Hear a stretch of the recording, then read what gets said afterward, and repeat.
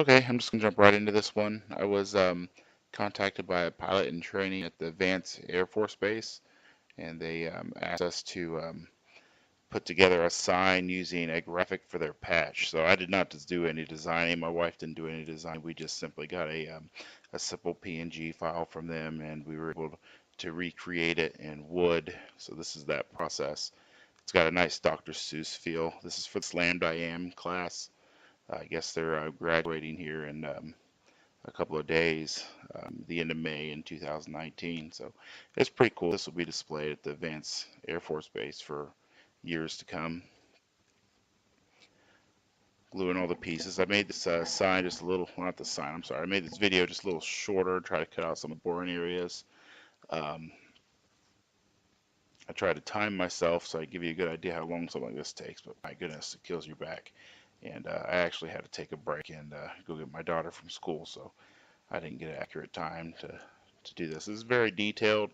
I got multiple airplanes, multiple pieces going in that blue area there. One piece at a time, guys. Glue it in, nail it on. Sometimes the pieces get stuck to the backer board. You got to chisel them off so they still look good. I'm using the use of a jig. If you've seen some of my other sign assemblies, it's a trade secret. I'm going to go ahead and share that to other people that may be interested in this type of stuff.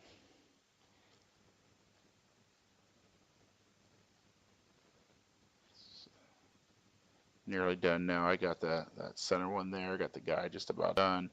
Over to the right, you can see he's spilling the glass. There he is. I'm just finishing up now. Boom.